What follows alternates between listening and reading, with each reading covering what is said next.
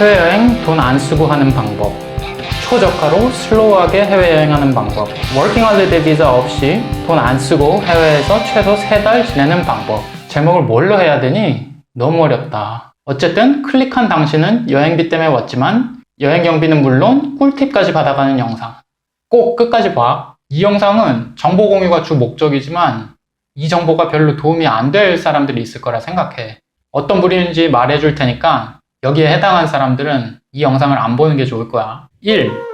도시만 돌며 맛있는 것 먹기, 좋은 숙소에서 자기, 배경사진 찍기가 여행의 주 목적인 공주파. 2.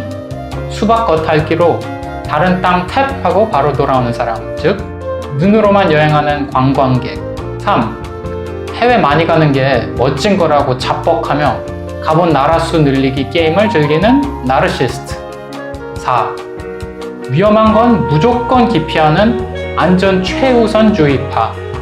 5. 사람 상대하는 걸 극도로 기피하는 대인 기피 환자. 여기에 해당하지 않는 당신은 빠르고 얕은 세상 구경보단 느리고 깊은 세상 경험을 하고 싶은 용기 있는 사람. 환영합니다. 해외로 떠나고 싶은데 돈이 없다고? 나도 돈 없어. 근데 우리같이 가진 돈이 없는 사람도 어떤 나라든 한국에서 드는 생활비보다 훨씬 적은 돈으로 지낼 수 있는 노하우가 있어. 심지어 이 방법으로 돈벌이에 많은 시간을 얽매이지 않으면서 최소 1년 이상을 여행하며 살 수도 있어. 워킹 홀리데이 비자? 안 필요해. 그래서 30 넘은 사람들이 하기도 좋아. 여행 시 돈 부족 문제는 상식적으로 숙박, 식사, 교통 이 3가지만 돈이 들지 않는 방법으로 한다면 해결이 돼. 교통에 대한 문제는 다른 영상에서 다루기로 하고 이번 영상은 숙박과 식사에 들어가는 돈을 0원으로 만들 수 있는 방법 중 한 가지. 바로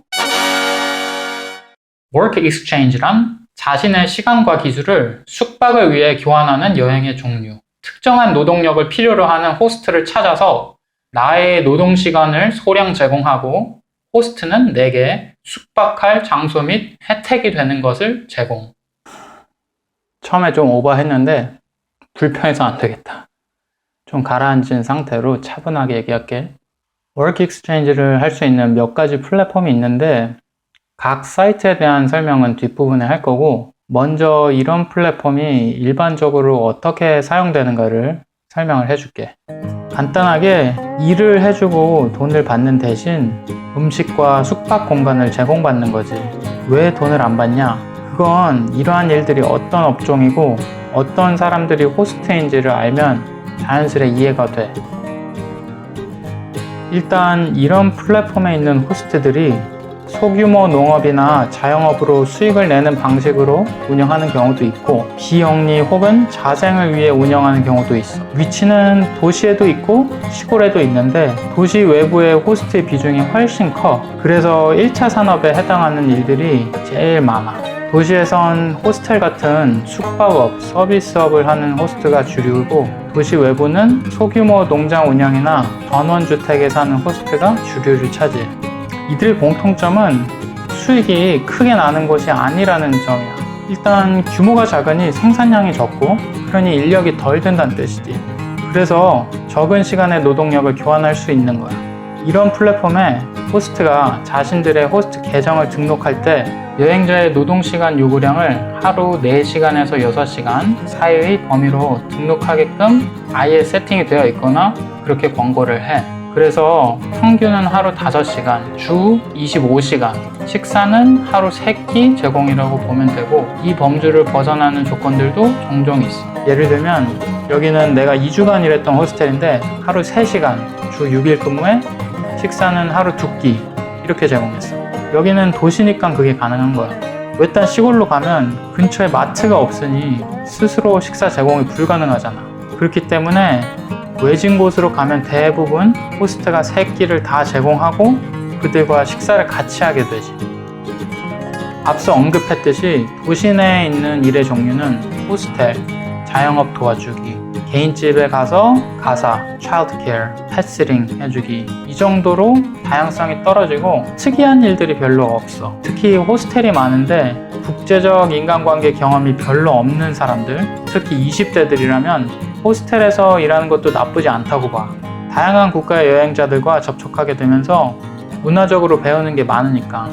그럼 시골 쪽엔 1차 산업이 주류인데 어떤 곳들이 있냐? 크게 분류를 나누자면 세 가지가 있어. A. 수확량이 좀 나와서 농산물을 판매는 하지만 정식으로 농장일 할 사람을 고용해서 쓸 만큼은 돈을 못 버는 농장. 이런 쪽은 여러 여행자들 모아놓고 좀 체계적으로 정해진 시간에 일해. 일이 끝나면 자유시간이 확실하고. B. 자기 땅 사서 집 짓고 농사로 자급자족하는 케이스. 이런 데는 보통 여행자 한두 명만 받으며 집주인과 거의 함께 일을 하게 되는데 자급자족이라 케어해야 할 일이 많아. 그래서 긍정적으로 생각하면 다양한 일을 해보게 되고 부정적으로 보면 업무 시간의 시작과 끝이 뚜렷한 구분 없이 이것저것을 분산된 시간에 하게 돼. 그래서 자기 시간을 가지고 내가 하고 싶은 걸 따로 하기가 힘들어. C. 그냥 도시 환경이 싫고 시골이 좋아서 외지에 취미로 밭이나 정원만 꾸미고 다른 직업을 병행하는 케이스. 이 부류도 보통 여행자 한두 명만 받고 일을 시켜놓고 자기들은 다른 거 하는 경우가 많지. 그리고 일이 재미가 없어. child care, 집안 청소, 정원 관리, 잡초 뽑기, 펫 관리, 식사 준비, 설거지, 집수리 따위의 일을 시켜. 이런 건 새로운 것도 배울 것도 그다지 없고 진짜 돈 절약 외에는 별 이점이 없지. 하나, 가장 지역적인 경험을 체험할 수 있다. 도시나 관광지는 특히 요즘 시대는 공통점이 많지. 도시는 인프라나 사람 사는 게 거기서 거기야. 근데 이런 외지에서 사는 사람들과 그들의 생활은 로컬 중에서도 로컬인 거지. 둘, 국내나 일반 도시에서 접하기 힘든 업종을 체험해 볼 수 있다. 자본주의 안에 흔한 방식을 벗어난 비주류의 라이프 스타일로 사는 호스트가 많기 때문에 도전해보고 싶은 라이프 스타일이 있다면 밀접하게 배울 수 있어. 실제로 서스테이너블 라이프 스타일에 관심 있는 사람들이 이런 경험을 해보고 나중에 땅 사서 자신들이 호스트가 되기도 해. 셋, 타겟 언어를 연습하기 좋아. 어떤 나라든 대부분의 호스트가 국제적 여행자들을 상대하기 때문에 영어를 기본 언어로 소통을 하는 경우가 많아. 그래서 영어 연습은 당연히 도움이 되고 만약 본인이 해당 나라 언어에 관심이 있거나 그 언어를 배우고 있는 경우라면 주인과 대화하면서 실전 연습을 많이 할 수 있지. 넷, 돈 절약. 이것이 유일하거나 가장 중요한 이유는 아니지만 돈 절약의 효과는 아주 확실해. 개인적으로 내겐 경제적 절약이 주 목적은 아니었어. 돈이 최우선인 사람에겐 차라리 그 시간에 돈을 벌어서 그 돈을 쓰면서 여행하는 게 더 나을 거라고 생각해. 남의 생계에 영향을 미치면서 그 집에서 얻어먹고 잠까지 자야 하기 때문에 소통이 많고 마찰이 생기기가 일쑤야. 그런 갈등 해결 능력이 없으면 난감해. 다른 말로 하면 소통과 갈등 해소 능력을 연습할 수 있는 아주 좋은 기회가 되지. 그리고 대중교통과 인프라가 없는 곳에서 일할 때 주인과 성격이 안 맞아서 힘들면 지내는 기간 동안 그 사람 땅에 갇힌 꼴이 되는 거야.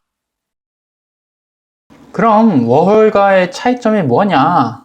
라고 제게 물으신다면 첫째, 돈을 받지 않고 계약으로 일을 하는 것이 아니기 때문에 기간을 좀 더 자유롭게 조율할 수 있고 급여를 받고 고용되는 것보다 채택이 쉽다.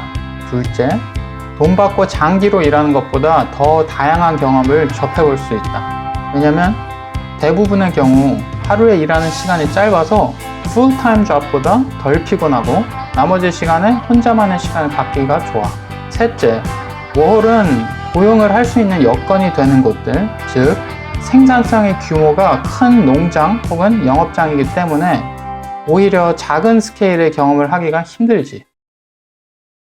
유의할 점, 워홀 비자 없이 할 수 있다고 했지. 워홀 비자 없는 사람은 입국할 때 이민국에서 무슨 목적으로 왔냐고 물어보면 우프 뭐 이런 얘기 하지 말고 그냥 투어리즘으로 왔다고 하는 게 좋아. 신나서 그냥 숙박교환 일 할 건데요? 이러면 거절당할 수 있어. 왜냐? 장기 체류가 용이한 방법이니까 불법 체류를 할 가능성이 있으니까 막는 거지.